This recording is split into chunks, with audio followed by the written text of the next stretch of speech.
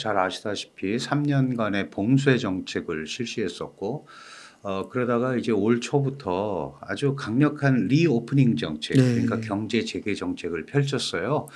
그러다 보니까 이제 많은 사람들이 '아 이제 중국 경제가 반등을 할 수 있겠구나.'라고 생각을 했는데, 의외로 그런 부분들이 중국 정부의 의지만큼 반영이 안 됐을 뿐만 아니라 세계 경제에서 중국이 차지하는 위상도 있고, 네. 또는 세계 경제에서 중국이 세계 경제를 이끌고 가는 그런 모습이 항상 있었거든요. 대개 30% 내외로 사실 중국이 그런 기관차 역할을 했었어요.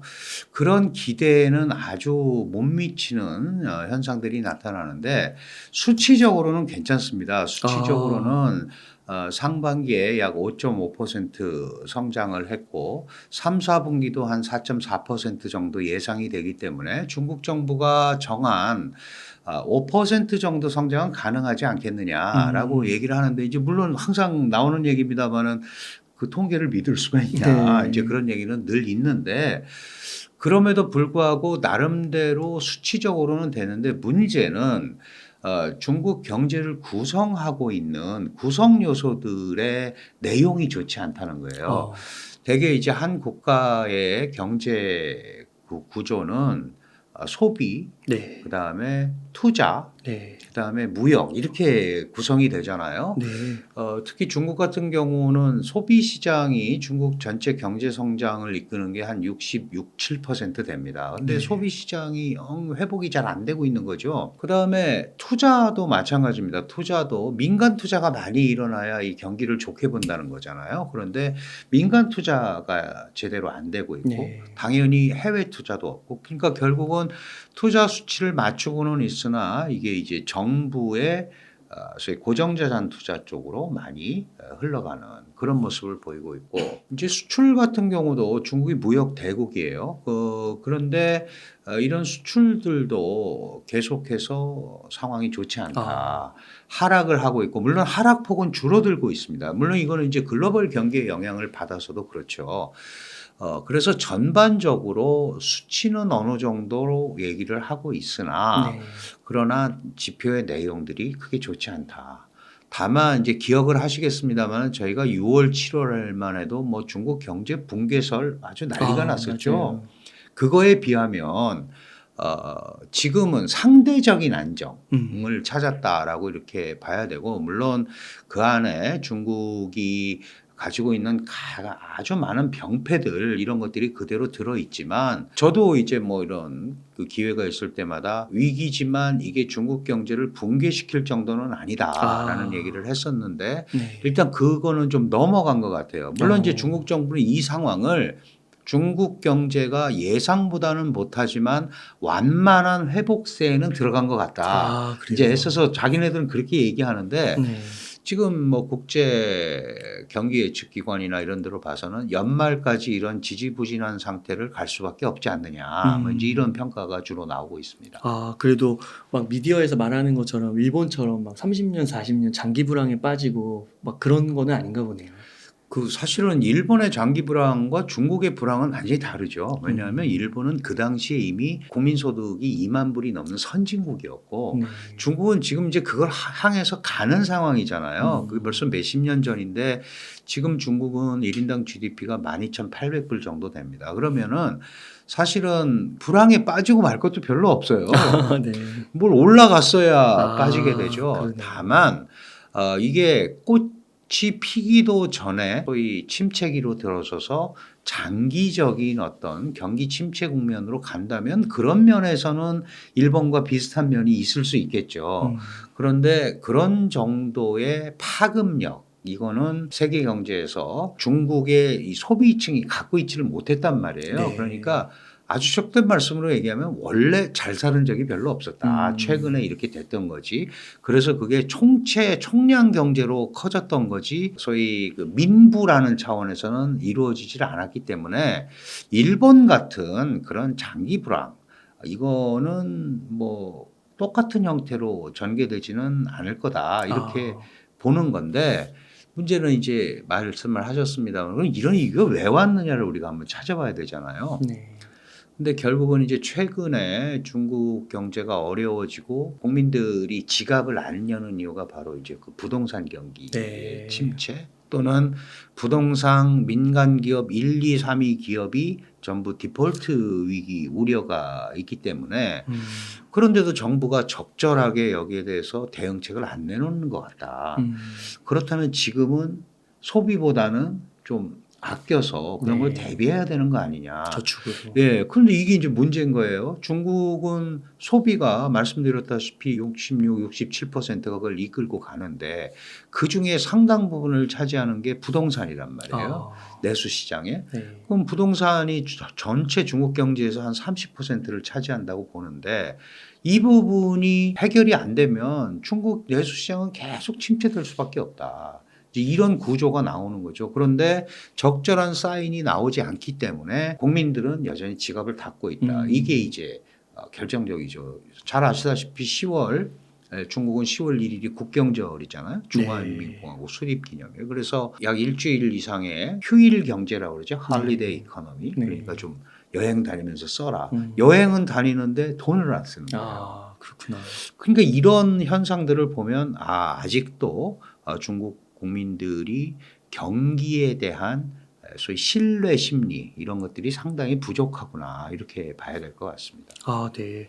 그러면은 어떻게 교수님께서는 중국 경제가 가장 최악의 상황을 지났다고 좀 말씀을 하셨는데 완만한 회복세를 통해서 과거와 같은 고성장 시대로 갈 수 있을 가능성은 있다고 그거는 어렵죠. 보세요? 왜냐하면 그런 뭐 제가 그런 게 아니고 중국 정부가 완만한 회복세라고 음. 표현을 하는 거고 많은 서방의 예측기관이나 중국 연구자들은 중국이 본격적인 위기에 빠질 가능성은 여전히 상당히 아. 많다라고 얘기합니다.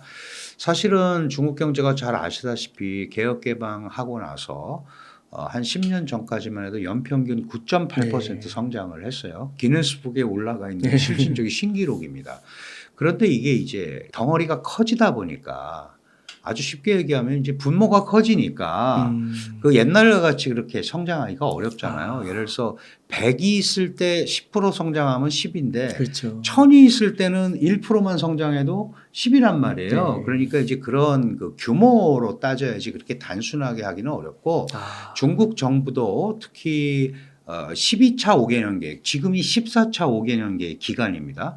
12차 5개년 계획 그 시기에 중국 경제 단위에서는 계속해서 이제 중국은 중속 성장 시대에 들어갈 수밖에 없다라고 선언을 했고 중속. 그거를 뉴노멀이라고 표현을 했어요. 신常态. 그래서 새로운 정상 상태. 네. 그러니까 과거와 같은 고도 성장의 기회는 없을 거다. 음. 그래서 그 이후에 그 시진핑 체제가 특히 시진핑 개인이 더 강조한 게 숫자에 너무 연연하지 말고 이제 양보다는 질적인 성장을 하자라는 얘기를 계속 했던 겁니다. 네. 그런데 이제 이 질적인 성장을 하려면 아시다시피 여기에는 이게 하이테크라든지 이런 게 동반이 돼야 되잖아요. 첨단 첨단이. 네. 근데 그런 부분이 잘 안 되는 거예요. 안 되는 이유가 아시다시피 미국의 제재. 기술 압박. 네. 그리고 정상적으로 취득한 기술이 아니기 때문에 우리는 그걸 봐줄 수 없다. 네. 라는 게 미국의 입장이고 결국은 중국 같은 경우에는 그 부분에서 딱 그 병목에 지금 걸려 있는 상태이기 때문에 향후에 중국이 집중적으로 과학기술 분야를 발전시켜서 육성해 갈 수 있는 부분이 이제 많지 않은 거죠. 물론 이제 그 중에 그거를 뚫고서 나름대로 세계 시장에서 그 최선두에 있는 게 바로 이제 배터리입니다. 2차 전지, 비아디라는 뭐 이런 네. 기업들도 그렇고 그런 걸 제외하고는 반도체라든지 AI 부분은 또 반도체가 없으면 안 되잖아요. 이런 부분은 아주 지금 상당히 고전을 하고 있는 그런 형태로 판단이 됩니다. 네. 그 배터리도 그렇고 전기차도 이제 테슬라를 앞선다고 네, 막 네. 그러고요. 그다음에 반도체도 자체적으로 화웨이 이번에 모바일에도 탑재를 했다고 하고요. 네네. 그런 것들은 조금 뭐 양산에 있어서 문제가 있는 걸까요? 그렇죠. 그 특히 이제 전기차 배터리 같은 경우는 중국이 스스로 광물을 가지고 있고 그다음에 다양한 방식을 통해서 원래 우리 배터리 방식하고 중국 배터리 방식이 다르잖아요. 중국 배터리는 이제 니켈 가지고 네. 하는 건데 이게 그 소위 융합 기술에 성공을 했어요. 그래서 이제 가성비가 굉장히 좋아졌습니다. 네. 그리고 지금 자동차는 사실 겉에는 껍데기고 완전히 전기로 가는 거잖아요. 그러니까 어떻게 보면 이게 전기 장비와 비슷해졌단 말이죠. 그래서 그런 부분에서는 나름대로 선전을 하는데 네. 지금 이제 가장 결정적인 게 그 화웨이 말씀하셨습니다마는 7나노를 칩을 스스로 개발해서 장착했다 이렇게 됐어요. 근데 지금 이제 우리가 보통 그 하이테크 이 핸드폰에 뭐 5나노도 들어가고 그러는데 7나노는 미국의 대중 규제를 받는 14나노 이하는 수출을 못하게 돼 있잖아요. 네. 그러면 저걸 어디서 갖다 썼을 거냐. 이제 이래서 고민이 많았죠. 뭐 한국 거 갖다 쓴 거 아니냐. 아니면 그 전에 많이 사놔서 재고를 한 거다 이렇게 했는데 지금 현재 노광 장비를 가지고도 만들 수는 있습니다. 네. 다만 이제 DUV라는 옛날식 노광 장비를 계속 반복해서 하면 지금 EUV라는 노광 장비가 한 번에 만들 수 있는 걸 여러 번 반복하면 만들 수는 있어요. 근데 문제는 양산을 했을 때 정상적인 제품이 나오는 게 이제 수율이라고 네. 그러잖아요. 이 수율을 도저히 맞추지를 못하는 겁니다. 그래서 아주 그 전 세계적으로 하이테크 반도체가 없어도 또는 중국이 자체 개발한 7나노를 가지고도 만들 수 있다라고 강력하게 얘기는 했지만 지금 현재 시장의 반응이라든지 이런 거는 굉장히 좋지가 않아요. 네. 그리고 그걸 또 애국주의에 기대해서 이제 우리도 이런 거 만들었으니까 아이폰 쓰지 말고 이거 쓰자라고 얘기했을 때 사실 중국 사람들은 그 말 잘 듣지 않습니다. 공무원들은 지금 아이폰 사용 금지예요. 맞아요. 그런데 그냥 제가 느낌으로 그럼 일반 사람들은 금지하면 안 살까? 그렇지 않을 겁니다. 네. 오히려 더 살려고 할 수도 있기 때문에 이제 그런 부분에 대해서 중국이 소위 AI 분야 뭐 이런 걸 통한 첨단 산업을 통해서 장기적으로 경기를 안정화시키고 발전시키는 데는 지금 커다란 전환점에 걸려 있다. 그렇게 본다면은 중국 경제를 긍정적으로 보기가 굉장히 어려운 거죠. 네. 지금 상황에서. 그렇군요. 그 이번에는 중국 한번 내부 문제 한번 여쭙고 싶은데요. 그 중국의 실업률이 1978년 개혁 개방 이후에 청년 고용은 가장 어려운 상황이라고 하는데 이거는 사실일까요? 그렇습니다. 7월에 21.4%로 최고점을 찍었어요. 네. 그 우리가 보통 이제 청년들을 16세에서 24세까지의 그 인력을 얘기하는데 그러면은 이제 대개 20세에서 24세는 이제 대졸 고학력자들이 많잖아요. 네. 근데 21%가 넘었다고 하는 거는 5명 중에 1명은 실업자라는 거예요.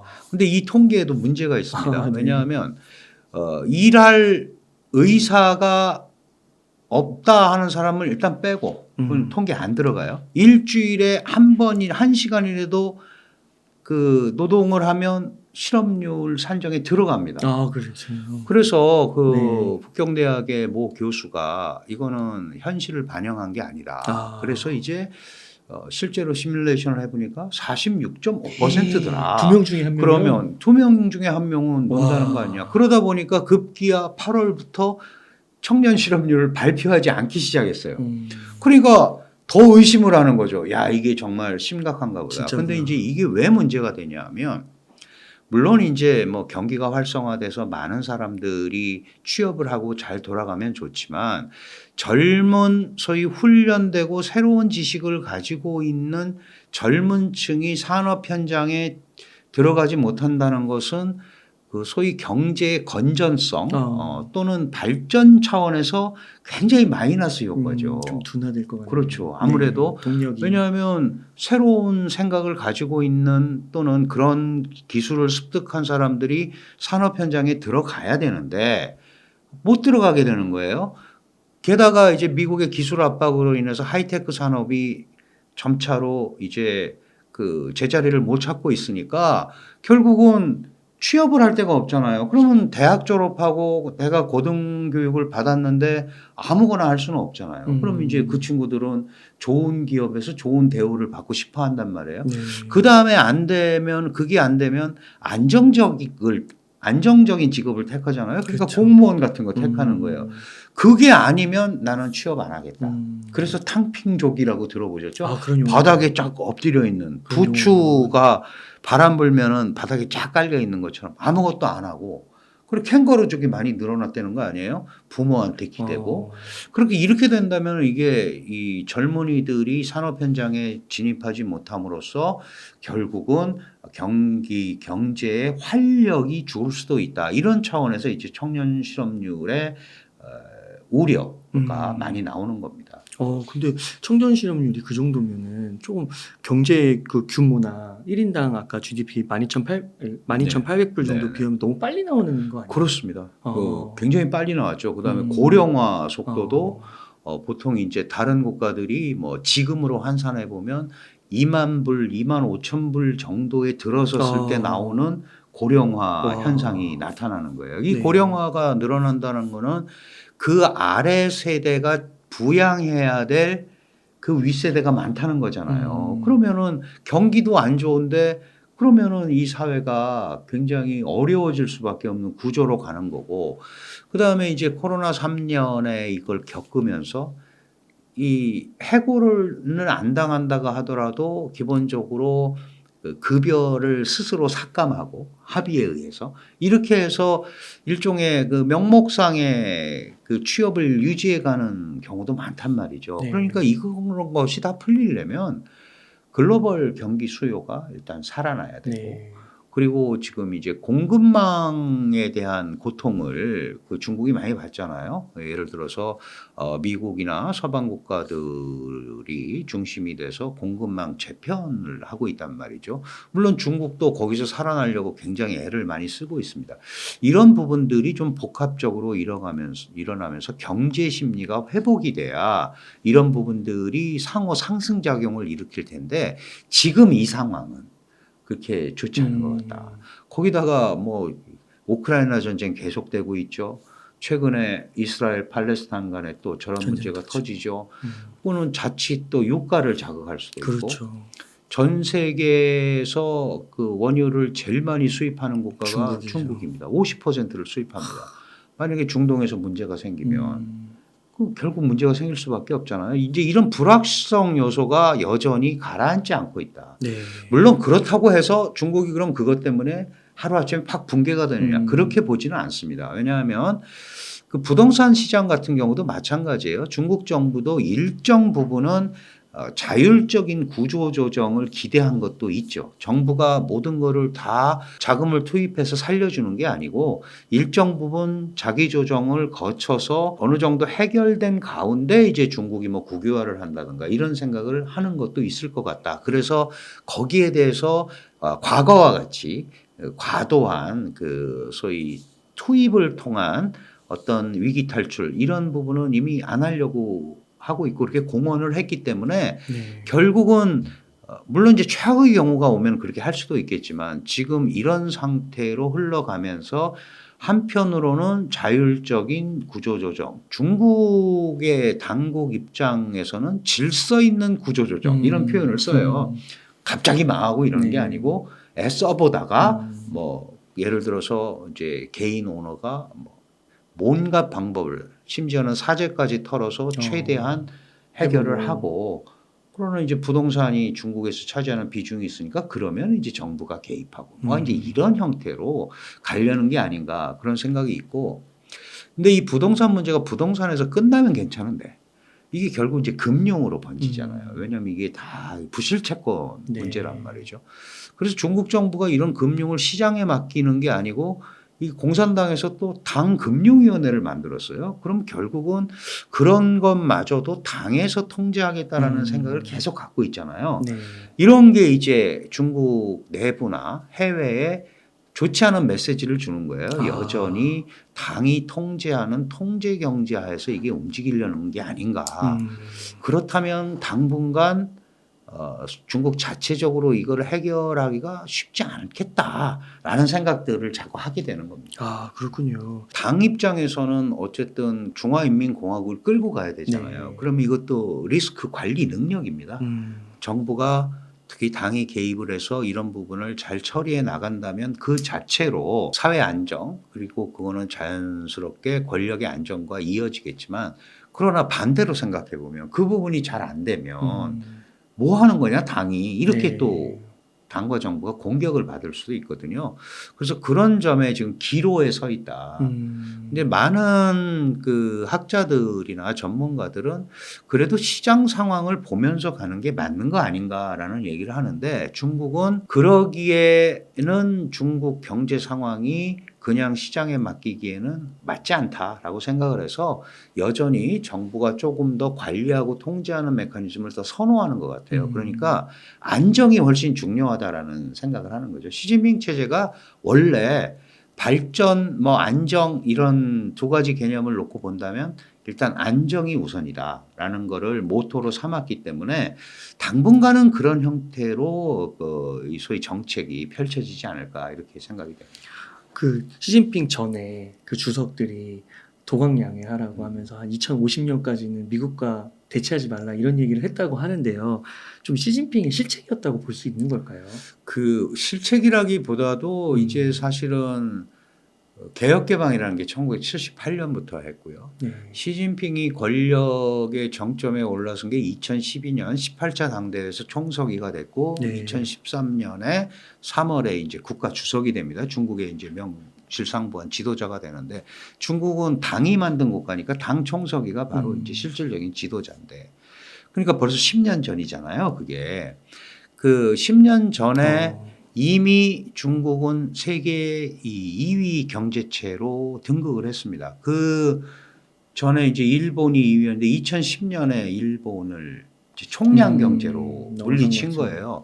그러면 시진핑의 입장에서는 이 정도면 이제 우리가 우리 스타일로 가도 되는 거 아닌가라는 생각을 한 거죠. 어떻게 보면 샴페인을 조금 일찍 터뜨렸다. 이렇게 볼 수도 있어요. 네. 그럼에도 불구하고 당시의 시진핑은 특히 1978년 개혁 개방하면서 시진핑은 그 당시에 복건성, 절강성 이런 데서 지방 정부에서 행정 경험을 쌓으면서 아 이런 방식이 된다라는 나름대로의 그 자신감도 있었을 거예요. 그래서 조금 잃은 감이 있죠. 분명히 잃은 감이 있지만 중국적 방식으로 발전을 해나가겠다라는 걸 공표를 하고 그러다 보니까 자연스럽게 당시에 세계 최강 국가인 미국과 충돌이 되는 거예요. 그럼 그 충돌에서 움찔해서 뒤로 물러날 게 아니고 이걸 정면 돌파해보자 이렇게 생각을 했던 거죠. 그래서 사실은 오바마 때도 갈등과 협력을 반복하면서 계속 부닥쳤어요. 그런데 오바마 미 대통령은 그래도 협력이 더 중요하다 쪽으로 방향을 끌고 갔었는데 이제 트럼프. 전혀 미국 대통령의 기존 형태와는 다른 대통령이 온 거예요. 네. 트럼프 대통령은 안 된다는 거죠. 이거는. 결국은 중국은 훔친 기술과 뭐 해킹한 기술, 네. 비정상적으로 얻은 기술을 가지고 물건을 만들어서 그거를 또 환율 조작 같은 비정상적인 방법으로 국제 무대에 통용시켜서 미국의 일자리를 뺏고 미국의 산업을 붕괴시키고 그 돈으로 결국은 군사력까지 증강하더라. 네. 그러니까 이게 군사력 증강으로 들어오는 돈들을 막아야 되잖아요. 네. 그러다 보니까 무역으로부터 돈을 못 벌게 한다. 그래서 이제 관세에 관한 그 이제 중관세를 부과하게 된 겁니다. 그러니까 이런 것들이 이렇게 쭉 지금까지 온 거예요. 그러면 시진핑 입장에서는 중간에 아 너무 일찍 터뜨렸나라는 생각이 들었다가도 워낙 트럼프가 강경하게 나오니까 어쩔 수 없지. 물러날 수가 없는 겁니다. 그리고 자기가 그걸 가지고 내가 미국의 견제가 있는데도 이걸 뚫고 세계 2위 경제력을 유지하고 있고 2049년에는 세계 최강의 국가가 되겠다. 그러니까 나를 밀어달라. 그래서 사실 삼선에 대해서 뭐 반대 세력도 다 숙청당해서 특별히 이 저지할 세력도 없었지만 어쨌든 그렇게 해서 된 거거든요. 그럼 지금 와서 물러날 수가 없는 거예요. 결국 이걸 계속 밀고 나가면서 내가 위대한 중국을 이끌고 그레이트 차이나를 건설하겠다라는 거를 계속 음. 국민들한테 보여줘야 되는 거거든요. 그렇죠. 그러면은 그런 부분 때문에 중미 간의 충돌은 누구 하나가 다시 칼집에 넣기 전에는 해결되기가 어려운. 그래서 많은 사람들이 미중 중미 분쟁 갈등은 계속 갈 수밖에 없다라고 얘기하는 겁니다. 그 시진핑의 남자들이 뭐 사라지고 있다 이런 네, 얘기도 네. 있더라고요. 그건 왜 발생되는 거예요? 그 사실은 이제 시진핑 체제가 2012년에 이제 중국 총서기가 됐고 그리고 2017년에 1기를 지났고 그다음에 2021년에 이제 3기가 작년에 22년에 출범을 했습니다. 네. 그러니까 2017년부터 2022년 기간 동안에 시진핑은 열심히 자신과 생각이 다른 사람들을 정리하는 작업을 했죠. 그게 이제 반부패 운동이나 이제 이런 걸로 많이 이루어졌어요. 그래서 작년에 20차 당대회에서는 그야말로 시진핑의 사람들로 다 채워놨단 말이에요. 그 무슨 얘기냐 하면 이게 이제 한 국가가 권력층을 구성하는 데는 여러 가지 형태가 있잖아요. 네. 그리고 옛날부터 뭐 고시를 봐서 어떻게 커왔다. 근데 사실 중국은 공산당만의 리그란 말이죠. 그러다 보니까 그런 것들이 다 자체 내에서 물론 경쟁을 안 하는 건 아닙니다. 해왔는데 특히 시진핑이 이제 2기 들어서고 나서는 굉장히 나름대로는 뭐 공정하게 했다고 하겠지만 자의적으로 소위 사람들을 많이 등용을 한 거죠. 물론 이제 최고위층도 그렇지만 그 밑에 우리가 보통 이제 중국은 최고위층을 정치국 상무위원, 네. 그 밑에가 이제 중앙위원, 우리로 치면 이게 장관급입니다. 네. 그 중간에 또 정치 국원들이 있어요. 한 부총리급 정도 되는 사람들로. 요게 이제 뭐 정의원, 후보위원 다 합쳐서 중앙위원이 뭐 371명인가 그런데 중앙위원급 사람들은 사실은 뭐 이게 강력한 권력 투쟁의 거리는 아니란 말이에요. 그러다 보니까 이제 일부 사람들을 시진핑의 개인적인 어떤 추천이나 이런 걸에 의해서 된 경우가 많이 있죠. 그런데 이제 그런 데서 문제가 생기는 거예요. 그러면은 이게 뭐 개인적으로 일을 잘 못할 수도 있고 그리고 그 사람을 판단하는데 뭐 자료가 부족해서 굉장히 부정부패를 저질렀는데 또 개인적인 친분 때문에 뭐 넘어갔을 수도 있고. 근데 이런 것들이 결국은 그렇지 못한 다른 사람들이 볼 때는 불공정 경쟁이잖아요. 그렇죠. 불공정하죠. 그러니까 이거는 내부적인 약간 뭐 최고위층의 권력 투쟁은 아니지만 자기네들끼리 약간 그 시진핑 체제의 틈이 벌어질 수 있는 거죠. 그 대표적인 케이스가 이제 친강 같은 케이스입니다. 굉장히 고속 승진을 해서 주미대사에서 일약 외교부 장관으로 왔단 말이죠. 이게 2단계를 뛴 거예요. 그래요. 예. 그리고 굉장히 젊은 나이잖아요. 그러면 그거를 그냥 놔두고 보는 사람들도 있지만 그렇죠. 거기는 내가 가야 되는 데라고 생각하는 사람도 있을 거 아니에요. 그렇죠. 불만색이 예. 생기는 거죠. 그래서 이제 그런 것들 때문에 그게 벌어지는 겁니다. 국방부장 같은 경우도 마찬가지죠. 국방부장은 사실은 리샹푸라는 사람인데 지금 이제 실종돼 있고 이제 부패에 연루됐다는 얘기가 나와요. 중국의 패턴은 그렇잖아요. 갑자기 뭐 몇 개월 안 보이다가 배우들도 뭐 부패에 연루됐다. 이제 네, 이렇게 되는 연예인들도 막 그러고. 그러니까 그 방산비리 우리로 치면 로켓군 뭐 하는데 방산비리에 부정부패로 연루됐다. 이제 이렇게 얘기가 나오는 겁니다. 그러면 이제 문제는 왜 이런 현상이 나타나느냐. 이거 인사 검증이나 이런 게 우리도 마찬가지지만 잘 안 되는 거 아니냐. 이제 거기에 시진핑의 그 사단, 시진핑 사단의 개인적인 또는 그 시진핑 군단 사단에서 행해지는 매우 자의적인 인사 배치가 난맥상을 보이는 거 아니냐. 그렇다면 이 표면적으로는 이 시진핑 시스템이 굉장히 완고한 것 같지만 취약한 거 같죠. 사실은 굉장히 약점이 많은 거 아니냐. 이제 그런 우려가 나오는 거죠. 그렇군요. 그러면은 그렇게 사라지는 거는 시진핑하고는 상관없이 약간 반대 세력. 뭐 그러나 이제 결국은 마지막에는 시진핑이 오케이를 해야죠. 맞아.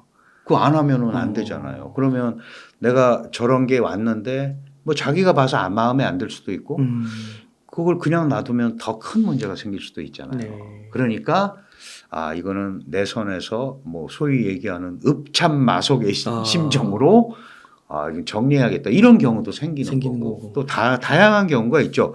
그러나 지금 신변에 문제가 생기고 있다는 것은 이제 이 중국 체제의 불안정성, 그 다음에 시진핑의 1인의 어떤 통치 그 메커니즘 네. 이런 데 대한 그 일종의 불협화음 뭐 이런 것들이 나타나는 거 아닌가 그래서 걱정을 많이 하는 겁니다. 그 기업인들하고 배우들도 막 이렇게 실종됐다가 다시 나타나고 막 맞습니다. 그러잖아요. 마윈 같은 게 대표적인 네. 케이스죠. 네. 그것도 비슷한 맥락일까요? 뭐 그렇게 봐야겠죠. 왜냐하면 이제 마윈 같은 경우는 사실은 마윈은 스스로가 무슨 큰 그 기업인이 아니잖아요. 사실은 이제 알리바바를 세웠을 때 상당히 많은 상해방의 자금이 들어갔고 네. 그래서 중국에서 상장하려고 그러는데 실패했고 음. 홍콩에 가서 상장하려는데 또 실패했어요. 그래서 뉴욕 증시로 간 거예요. 그런데 이제 거기서 속된 말로 대박이 터진 완전 거죠. 초대박. 그러니까 이거를 바라보는 다른 입장에서 아. 보면 내 통제를 벗어나서 저렇게 움직인다. 거기서부터. 그러니까 이제 기업들도 알리바바도 마찬가지고 텐센트도 마찬가지고 그 이제 통제를 받는 거죠. 그건 아주 쉽게 얘기하면 당의 통제를 벗어나는 강력한 실체가 존재하는 것은 안 되는 거예요. 중국 입장에서는 받아들일 수가 없는 거죠. 예, 그렇구나. 그런 부분이 여전히 그래서 많은 사람들이 저런 환경에서 시장이라는 게 제대로 기능을 할 수 있을까라고 그러니까요. 얘기를 하는 거예요. 그런데 중국은 그거보다는 그래도 안정이 중요하고 당의 통치가 더 중요하다 이렇게 생각을 하기 때문에 그렇게 그 현상이 나타나는 것 같습니다.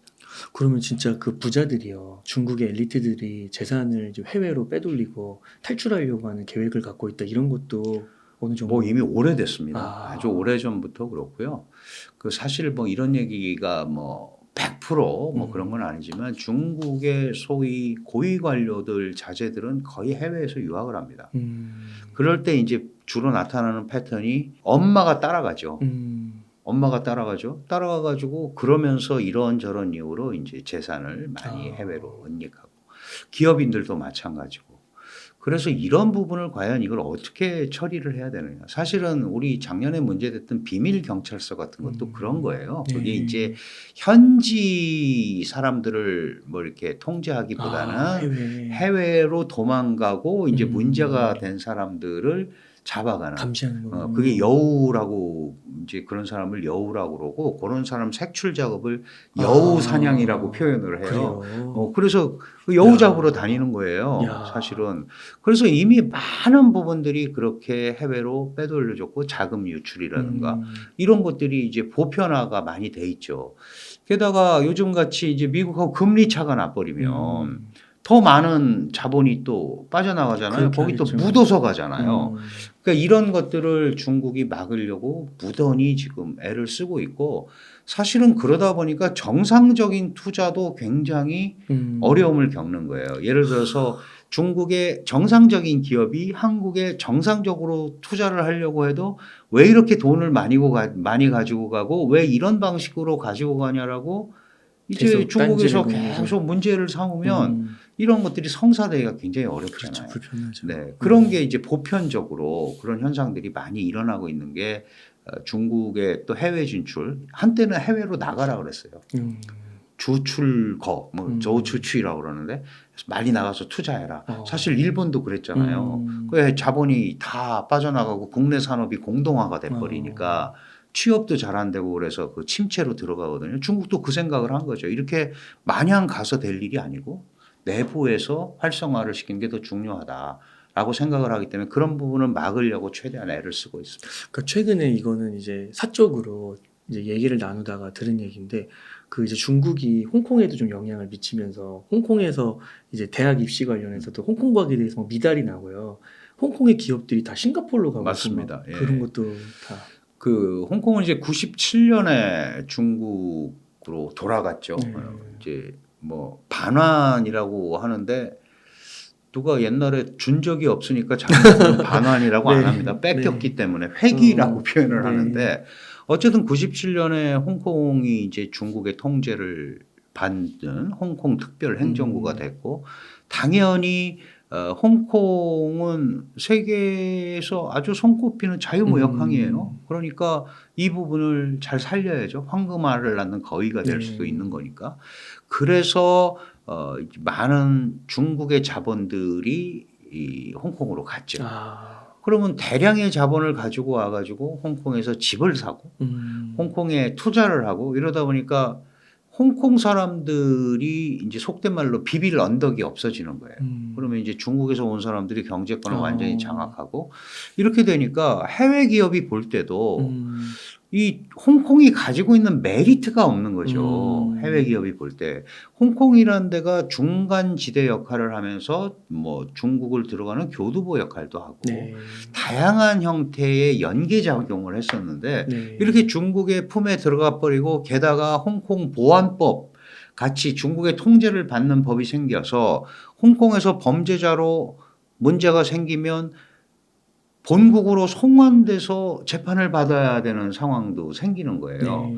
그렇다면은 여기에서 이렇게 그 경제 활동을 하기가 매우 어렵지 않느냐. 네. 그래서 많은 다국적 기업들이 홍콩에 본거지를 가지고 있던 대형 기업들이 한 2,000개 정도 됐었는데 한 1,500개 정도가 옮겨가려고 애를 쓰거나 이미 옮겨간 데도 있고. 4분의 3. 네. 와, 엄청나네요. 그러니까 이제 많은 기업들이 홍콩을 완전히 본거지로 삼지는 못하겠다라는 생각을 하고 있는 거죠. 물론 네. 이제 거기다 남겨두고 가는 데도 있지만 어쨌든 홍콩은 국제 금융 도시로서의 역할을 했었잖아요. 네. 그러니까 이 싱가포르의 금융 그래서 어떤 면에서 보면 홍콩의 중국 회기의 가장 큰 수혜자는 싱가포르이 된 싱가포르. 거죠. 그리고 미국의 대중 압박의 가장 큰 수혜자는 인도가 된 것처럼 뭐 제조업을 어디서 딴 데서 할 수가 없으니까 네. 이제 그런 구조가 자연스럽게 형성이 된 것 같습니다. 아, 그렇군요. 그러면 몇몇 정치학자분들은 이제 중국이 경제 발전을 중국뿐만 아니라 독재 정권에서 경제 발전하는 케이스는 없다. 뭔가 선진국으로 가기 위해서는 민주주의 체제가 갖춰져야 된다. 이렇게 얘기를 하셔서 중국의 그 공산당이 깨지지 않는 이상은 앞으로 경제 쪽에서는 뭐 희망이나 이런 거를 크게 발견하기는 어렵다. 이런 얘기도 하시더라고요. 그 사실 이제 인류 역사 발전의 통례 이건 다분히 이제 서부왕의 시각에서 보는 거죠. 시장 경제를 채택을 하면 경제가 시장화되면 사회가 다원화되고 네. 사회가 다원화되면 정치 민주화의 욕구가 나온다. 아. 이게 이제 우리가 인류 역사 발전의 아. 통례라고 얘기하는 거예요. 중국은 개혁 개방을 하면서 시장 경제를 도입을 했어요. 거기에 따라서 자연스럽게 더 많이 버는 사람도 있고 적게 버는 사람도 있고 계층별로 분화가 일어나죠. 그래서 사회가 다원화된 것까지 중국이 인정을 했습니다. 그렇다면 그 다음에 오는 게 이제 정치 민주화에 대한 요구예요. 근데 중국 입장에서는 여기까지 온 건 인정을 하지만 왜 꼭 우리가 서방식으로 가야 그쵸. 된다는 게 어딨냐. 아. 지금 말씀하셨다시피 이렇게 해서는 경제 발전하는 나라가 없다. 그럼 중국은 내가 그걸 보여주겠다는 거예요. 네. 그걸 중국식 현대화라는 이름으로 지금 어. 얘기하고 있는 거예요. 중국은 중국식 발전 모델을 가지고도 얼마든지 세계에 어필할 수 있고 서방의 보편 가치만이 인류가 갈 수 있는 유일한 길은 아니다. 아. 라는 것을 지금 강조하고 있는 겁니다. 그래서 중국식 방식 중에 하나가 이 소위 개혁 개방의 경험을 중국식 현대화라는 틀로 만들어서 인류 역사 발전에 충분히 공헌할 수 있다라고 네. 지금 얘기를 하는 거거든요. 그래서 세계 질서의 수호자도 되고 발전을 이끄는 영도자도 되고 얼마든지 그걸 할 수 있으니 일방적으로 서방의 편에 서서 중국을 압박하지 말아라. 이게 지금 중국의 입장인 거죠. 네. 그러면은 그렇게 해서 중국이 그런 기조로 나갔을 때 만약에 해내게 되면 유일한 케이스가 거의 그렇죠. 근데 지금 이제 여러 가지 나오는 상황으로 봐서 그런 적이 별로 없고 정치학자들이 그렇게 얘기하는 거는 이전에도 그런 시도를 해본 데가 있죠. 있는데 그런 것들이 어느 순간에 가니까 벽에 부닥치더라. 네. 그게 잘 안 되더라. 우리가 발전의 통례를 많이 봐왔기 때문에 미리 그거를 좀 바꾸는 게 좋지 않겠냐고 계속 얘기를 하는 거고. 근데 중국 입장에서는 중화인민공화국은 당이 만든 국가라고 말씀드렸잖아요. 당이 없어지는 거는 상상을 할 수가 없는 거예요. 그렇군요. 그러니까 이제 또 많은 분들이 오해하는 것 중에 이런 게 있죠. 시진핑이 물러나면 공산당이 망한다고 생각하는데 절대 그거는 별개의 얘기입니다. 시진핑은 물러날 수 있지만 공산당은 망하면 안 되는 거죠. 네. 그래서 그 전에 사실은 조자양 들어보셨을 거예요. 자오즈양, 그 다음에 호요방 이런 사람들이 천안문 사태 이제 책임을 지고 조자양이 물러나고 86년에 이제 농촌에서 기층 선거 열풍이 있었어요. 이거 이제 자산 계급 자유화, 그러니까 서방의 사조가 들어와서 자유화되기 때문에 사회주의 가치가 훼손된다. 이런 부분에 대한 처리를 잘 못했다고 해서 호야오방이 낙마를 한단 말이에요. 그러면 그때 어떻게 낙마했냐? 결국은 그 당의 원로들이라든가 공산당의 중심 세력들이 이 상태로 끌고 가면 안 된다고 생각을 해서 조정과 타협이라는 이름으로 내린 거란 말이에요. 네. 그러면 시진핑도 그렇게 될 수 있어요. 음. 물론 이제 그런 세력을 많이 쳐냈다고는 하지만. 그래서 많은 분들이 시진핑이 무너지면 공산당이 무너지고 중화인민공화국이 무너진다 이렇게 생각하는데 그거와는 조금 나누어서 생각을 할 필요가 있죠. 그러면은 그 전에 있었던 뭐 지도자들처럼 조금 유연한 느낌의 이제 그거를 바꾸면 살 수 있을 거고요. 아. 계속 밀어붙이면 사실은 결국 지금 뭐 이 세계적인 추세가 그렇지 않습니까? 경제 발전이 없이는 통치가 그렇죠. 어렵습니다. 네. 뭐 모든 국가 원수는 또 당연히 지도자라면 어떻게 안전을 확보할 것인가. 그다음에 두 번째가 어떻게 하면 지속 가능한 발전을 할 것인가. 이게 바로 이제 민생의 문제고 경제의 문제잖아요. 네. 그럼 중국이 무슨 안전을 스스로 걱정할 일은 별로 없잖아요. 네. 그럼 이제 경제 발전에 매진을 하고 그거를 통해서 공산당이 통치하는 합법성과 당위성을 강조를 해야 되는 건데 만약에 그 부분이 안 되면 상당한 내부적 반발에 부딪힐 가능성이 있기 때문에 지금 무엇보다도 중요한 것이 바로 경제 회생이다. 이렇게 말씀드릴 수 있습니다. 최근에 이제 이스라엘과 하마스가 전쟁을 벌이고 소위 이제 이팔 전쟁 이슈가 불거져 나오면서 중국과 대만이 다음 차례다 그런 이야기들이 나오더라고요. 정말 전쟁 발발 가능성도 있는 걸까요? 예, 물론 이제 뭐 전쟁이라는 거는 항상 전혀 예상치 못한 상황에서 발발이 되죠. 그래서 뭐 가능성이 전혀 없다 이렇기는 어렵습니다만은 사실은 그 중국과 대만 간의 소위 전쟁은 일방적으로 이제 중국이 공격을 해야만 가능해지는 거예요. 대만이 먼저 공격할 상황은 아니잖아요. 그러니까 결국은 중국의 대만 침공이 이루어져서 생겨야 되는 건데 과연 이 시점에 중국이 대만을 침공해서 얻는 효과가 무엇일까? 이걸 생각을 해봐야죠. 그리고 대만과 미국 간에는 1979년 1월 1일에 이제 중미 수교하면서 미국이 대만과는 단교를 합니다. 단교를 하고 그해 4월에 대만 관계법이라는 걸 만들어서 대만을 지원하겠다라는 법을 만들어요. 이때부터 이제 대만의 별명이 생겼죠. 대만은 미국에 가라앉지 않는 항공모함이다. 거기 딱 떠 있는 거예요. 지정학적으로 굉장히 중요한 위치를 처하고 있고 미국의 서태평양이죠. 미국 입장에서 보면 서태평양 전략에 있어서 만약에 지도를 잘 생각해 보세요. 대만이 없으면 오키나와 열도에서부터 한국에서부터 저 밑에 인도차이나 방동까지 뻥 뚫려요. 그러면 여기에 뭔가 제어를 해야 된다면 대만을 결국은 미국이 어떤 형태로든 간에 뭐 보호 내지는 수호를 해줘야 되는 입장이다라고 이제 생각이 들고 그러면 시진핑 입장에서도 그 생각을 아니할 수가 없잖아요. 근데 이제 많은 사람들이 2027년 얘기를 하는데 이 2027년이 마침 이 4선에 도전한 21차 당대회가 열리는 시기예요. 그러면 뭔가 전리품이 필요할 때 그렇게 할 수 있지 않을까라고 생각을 하는데 더 큰 문제는 뭐냐 하면 점령한다는 아무런 보장이 없어요. 지금 러시아도 우크라이나 때문에 저렇게 쩔쩔매면서 장기전으로 가 있죠. 대만도 그런 면에서 만만치 않습니다. 무기 다 가지고 있고 적어도 베이징, 상하이 그리고 저 삼엽댐 이런 것들은 각오를 해야 돼요. 타격이 가능한가요? 그럼요. 대만은 세계 8번째 크루즈 미사일 자체 개발국입니다. 사거리 2,500km의 슝펑, 웅풍이라는 미사일을 가지고 있고요. 이미 뭐 700기 정도씩 베이징과 상하이를 겨냥하고 있습니다. 네. 그러니까 그런 일이 안 일어나야죠. 안 일어나야 되고 그다음에 뭐 사실은 대만이 중국을 이기기는 어렵죠. 방어를 뭐 어떻게 물론 혼자서 방어도 안 됩니다. 결국 누가 도와줘야 되잖아요. 그러면 이제 결국 미국이 도와줘야 되고 미국이 도와준다는 거는 미국에서부터 군대를 끌고 올 수는 없지 않습니까? 네. 그럼 이제 일본에 있는 8개 미군 기지, 그다음에 한국에서의 평택 기지 여기에서 이제 차출을 해서 쓸 텐데 물론 지상군 같은 건 가기가 어렵지만 공군력 같은 건 갈 수 있잖아요. 네. 그러면 이게 또 북한이 볼 때 아. 한반도에 공백이 생겼다. 어. 이래서 또 오판을 할 가능성도 있거든요. 그러니까 이게 어떤 하나의 문제가 아니고 굉장히 복잡하게 얽혀 있을 뿐더러 이 대만 해협이라는 게 그 지경학적으로도 매우 중요합니다. 이게 이제 사실은 우리나라가 수출을 하면 약 반이 이 여기를 지나서 남중국해를 지나서 인도양에서 유럽으로 가고요. 반이 이제 태평양 건너서 미국 쪽으로 가는 거예요.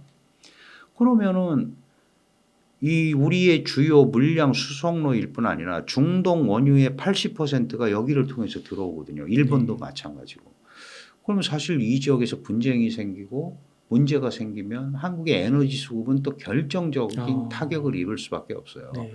그래서 이게 뭐 딱 볼 때는 양안, 대만과 중국 이렇게 보이지만 사실 굉장히 복잡한 부분들이 얽혀 있기 때문에 쉽게 움직이기는 어려울 거고 물론 장기적으로는 시진핑이 이게 중국의 꿈, 중국몽의 완성이 대만과의 통일이다라고 얘기를 했지만 언제 해야 될지 이거는 또 별개의 문제고 중국은 한 번도 대만 통일을 빨리 하겠다, 뭐 공격하겠다 이렇게 얘기한 적이 한 번도 없어요. 이거는 이제 주로 미국의 서태평양 사령부에서 이제 약간 군산 복합 논리도 들어있다. 결국 이제 중국의 부상을 어떻게든지 제어를 해야지 우리가 해상에 그 소위 군사력이나 패권을 뺏기지 않는다라는 그런 미국적 의도도 좀 들어있는 거죠. 그런 것들이 지금 얽혀 있는 상황이라서 당장 뭐 이렇게 그 소위 대만 침공이라든가 이런 게 나타나기는 어렵지 않느냐 이렇게 저는 개인적으로 봅니다. 아, 네.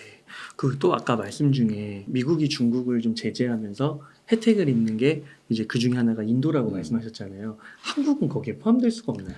그 한국은 사실 어렵죠. 왜냐하면 이제 어. 중국이라는 데가 이제 제조업을 네. 많이 하고 그 중국이 세계의 공장이었었잖아요. 그러면 이제 그런 중급 기술 제조업을 하기 위해서는 다량의 노동력이 필요합니다. 아, 그죠? 네. 그리고 게다가 또 젊은 노동력이 필요해요. 근데 인도 같은 경우는 평균 연령이 상대적으로 굉장히 젊습니다. 거기다 또 그 베트남 같은 데도 젊죠. 그러니까 결국은 이제 제조업 같은 경우에는 코스트에 영향을 많이 끼치잖아요. 그러니까 네. 얼마나 싼 임금을 투입을 하느냐에 따라서 제품의 이제 가격이 결정이 많이 되니까 그런 면에서 이제 소위 인도가 생산 기지로서의 역할을 충분히 해볼 수 있지 않을까라고 얘기를 하는 거고 지난번에 그 인도 뉴델리 G20 보셨지만 아주 그 모디 총리가 네. 마치 자기가 주관하는 행사처럼 네. 움직이잖아요. 그런 자신감도 조금 붙었죠. 그러면 경제적인 측면에서 한국의 미래는 좀 어떻게 보세요? 사실 한국은 나름대로 그 분명한 기술력이 있습니다. 분명한 기술력이 있고 특히 지금 세계 최첨단을 달리고 있는 반도체, 그다음에 배터리 이런 부분 뭐 조선이라든가 디스플레이 이런 데는 우리가 이제 확고한 우위를 갖고 있어서 그런 부분에 대해서는 일정한 경쟁력을 가지고 있는데 이제 한국도 국내가 많이 문제죠. 내수라든지 뭐 이런 부분들이 굉장히 이제 쉽지 않은데 대한민국은 애초부터 통상국가입니다. 그러니까 물건을 많이 판들어서 경쟁력 있는 물건을 파는 입장이거든요. 그러니까 지속적으로 좋은 물건을 만들고 기술 우위를 가지면서 상대방이 필요로 하는 물건들을 계속 만들어내야 되는 그런 이제 어려운 네. 상황에 있는 거죠. 그런데 경제라는 게 잘 아시겠습니다만은 뭐 우리가 보통 가성비 이제 이렇게 얘기를 하는데 싸고 좋은 물건은 사실 없어요. 상대적으로 좋은 거지. 그런 것들을 얼마나 더 우리가 기술력을 가지고 만들어낼 수 있느냐. 이게 이제 한국 경제의 미래가 거기 달려 있다. 이렇게 봐야 될 것 같습니다. 네. 그러면 교수님, 그 미국과 서구 세력과 중국의 이런 대치 관계가 앞으로 좀 화해 무드로 가는 가능성은 높지 않을까요? 지금 이제 분위기는 미국과 러시아의 우크라이나 침공으로 러시아를 제재하고 있고요. 중국은 또 이 소위 뭐 디커플링이라고 했다가 디리스킹 위험 관리만 한다 그러면서 또 이제 이렇게 하고 있어요. 결국은 미국의 입장에서는 중국과 러시아가 다 적입니다. 미국의 국가안보 전략 보고서는 항상 4개 나라를 적으로 규정하는데 지금 가장 큰 적은 중국이고 그다음에 러시아고 그다음에 북한이고 그다음에 이란입니다. 이 4나라는 악의 축이라고 표현을 하잖아요. 네. 결국은 여기하고는 경쟁 관계를 갈 수밖에 없고 지금 이제 러시아 같은 경우에가 제재를 받는 입장이니까 미국을 앞에 두고는 중국과 연합을 하고 중국도 미국의 견제를 받고 있으니까 그런 면에서는 이제 중러가 같이 연합을 해서 미국에 대항하는 모습을 보이는 거란 말이에요. 결국은 이제 이런 상황이 해소가 되려면 사실은 지금 벌어지고 있는 문제들이 해결이 돼야 되는데 그게 어렵잖아요. 네. 게다가 이제 중국은 미국이 옛날 같지는 않잖아요. 미국의 힘이 어쨌든 약간 쇠퇴했단 말이죠. 그러면 중국은 이게 지금이 찬스다라고 생각하지 않겠습니까? 네. 결국은 미국의 힘이 떨어졌을 때 내가 최대한 그 중국의 역량을 끌어올려서 저걸 한번 넘어가 보자 이런 생각을 할 거기 때문에 미중 갈등과 이런 것들도 계속 갈 수밖에 없다. 다만 발전을 해야 되잖아요. 네. 그러려면 서로 필요로 한 게 있단 말이에요. 그래서 바이든도 디커플링을 얘기했다가 디커플링은 근본적으로 어렵다. 그래서 디리스킹으로 갔단 말이죠. 그리고 중국도 이 미국을 막 배척만 할 수 없기 때문에 블링컨 장관의 방중도 오케이를 했고 옐런 재무장관 방중도 오케이 했고 러먼드 장관 방중도 오케이 했단 말이죠. 네. 그 얘기는 뭐냐. 힘들지만 갈등이 있지만 대화를 지속해 가겠다. 그래서 이제 학계에서는 갈등 있는 대화기 이런 표현을 씁니다. 보통 갈등이 있으면 잘 안 만나잖아요. 그런데 갈등이 있는 걸 그대로 인정을 하고 네. 갈등이 있는 대화기에 진입하는 새로운 모델을 만들었다. 이렇게 얘기를 하는 거니까 어쨌든 작년에 시진핑과 바이든이 인도네시아 발리에서 만나서 합의한 게 뭐냐. 중국과 미국 간에는 갈등이 있다. 그러나 이 갈등이 충돌로 비화되지 않도록 관리하자. 그래서 고위급 교류를 계속하자. 이게 이제 기본 입장이었단 말이에요. 그게 계속 이어질 거고 이제 샌프란시스코에서 또 G20이 열릴 때 만약에 바이든과 시진핑이 만난다면 그런 메시지를 국제적으로 발출을 할 거다. 결국은 경제 교류나 활성화를 통해서는 그런 부분이 필요한 거다라는 걸 둘이서 또 알고 있는 거죠. 이제 문제는 미국이 내년 11월에 대선이 있어요. 네. 지금 미국에서 표를 얻으려면 중국에 대한 강력한 압박 정책을 하지 않으면 표가 안 나온단 말이죠. 근데 이미 트럼프 대통령 원래부터 세게 했었고 바이든은 거기에 이어받아서 이제 민주, 자유, 가치 이런 걸 더해서 했었기 때문에 지금 와서 경제가 어렵다고 중국과 잘 지내겠다라고 얘기하기가 매우 어려운 거죠. 네. 그렇다면 결국은 표면적으로는 계속 이런 흐름을 가지고 갈 수밖에 없다. 다만 중간에 변화하는 상황을 보면 뭔가 양자가 교류를 통해서 주고받아야 한다라는 공감대는 분명히 있는 것 같다. 이렇게 판단을 할 수 있습니다. 그러면 한국도 그런 교착 상태에서요. 잘 줄타기를 하면 되는 걸까요? 그렇죠. 뭐 이론적으로는 그런데 네. 줄타기가 매우 어렵잖아요. 네. 사실은 줄을 잘 탈 수 있으면 좋은데 줄타기가 쉽지가 않습니다. 저는 개인적으로 이제 우리가 이런 게 좋은 예인데요. 그 한국 반도체 삼성과 SK가 중국에 공장이 있고 전체 반도체 생산량의 40%를 중국에서 생산을 해요. 그런데 이제 미국이 14나노 이하는 미국 상무부의 허가를 받아야 장비가 반입이 된다 그랬는데 얼마 전에 풀었잖아요. 네. 이제 들어갈 수 있다. 네. 그 불확실성이 해소가 된 거죠. 이런 얘기는 계속 우리가 하면 할수록 어느 정도 그런 부분에 대한 그 공감대를 얻을 수 있습니다. 그러니까 무턱대고 안 된다 아. 이럴 필요는 전혀 없고 마찬가지로 중국은 우리를 이런 식으로 겁박을 자주 해요. 너희 반도체 동맹에 들어가 가지고 뭐 이러면은 우리 니네 물건 안 사줘. 근데 그 하나만 알고 둘은 모르는 거죠. 만약에 미국과 한국이 잘못되고 일본이 잘못되면 반도체 자체를 만들 수가 없습니다. 뭐 물건이 있어야 사고 팔고를 할 거 네. 아니에요. 그러니까 중국도 당신들이 이런 게 필요하면 우리를 통해서 이 반도체 산업 구조를 그 당신들한테 유리하게 만들어 가야지. 네. 그렇게 특정한 어떤 사안을 가지고 압박을 해서는 안 된다라는 거를 그 줄타기를 할 게 아니고 이런 원칙에 관한 얘기를 지속적으로 설득하는 게 훨씬 더 한국 경제가 장기적으로 나가는데 유리하다. 아, 그 이게 활용적인 관점에서 그렇습니다. 뭐 아니면 도도 아니고 네. 그 중간에 여러 해결책이 있는데 그렇습니다. 그런 걸 네. 잘 따져야겠군요. 아우, 교수님 오늘 너무 귀중한 인사이트들 많이 나누셔서 감사드리고요. 그러면 끝으로 시청자님들께 좀 강조하고 싶으신 말씀이나 하고 싶으신 말씀 일단 부탁드리겠습니다. 네, 저는 이제 중국을 전공하니까 많은 분들이 이제 중국하고 손절해 나와야 된다 그러는데 네. 요즘 관심이 있으신 분들은 아시겠지만 거의 매주 중국 지방정부 대표단이 사업 설명회를 하고 있습니다. 한국에 와서. 아, 그래요? 네, 이 무슨 얘기냐? 물론 이제 큰 국제적인 관점, 뭐 국가 간의 뭐 여러 가지 갈등이 있지만 지방 정부나 민간 기업들은 여전히 한국과의 교류를 원하고 있다. 그렇군요. 그렇다면 이거를 케이스 바이 케이스로 생각을 해야지. 아, 이제 중국하고 끝났어. 이렇게 할 문제가 절대 아닙니다. 여러분들 지방 정부라든지 특정 산업에 대해서 한국의 기술과 이런 걸 필요로 하는 부분이 분명히 있고 우리도 마찬가지입니다. 우리도 중국에서 그런 게 필요로 하는 부분이 있기 때문에 그런 부분의 접합점을 찾아가는 조금 더 세밀하게 중국을 바라보는 그런 시각을 가지면 좋지 않을까 그런 생각을 해봅니다. 아, 네, 교수님 감사합니다. 이렇게 해서 한국외국어대학교의 강준영 교수님을 모시고 이야기를 나눠봤습니다. 긴 시간 동안 유익한 인사이트 많이 나눠주셔서 감사의 말씀 드립니다. 오늘 고생 많으셨습니다. 고맙습니다.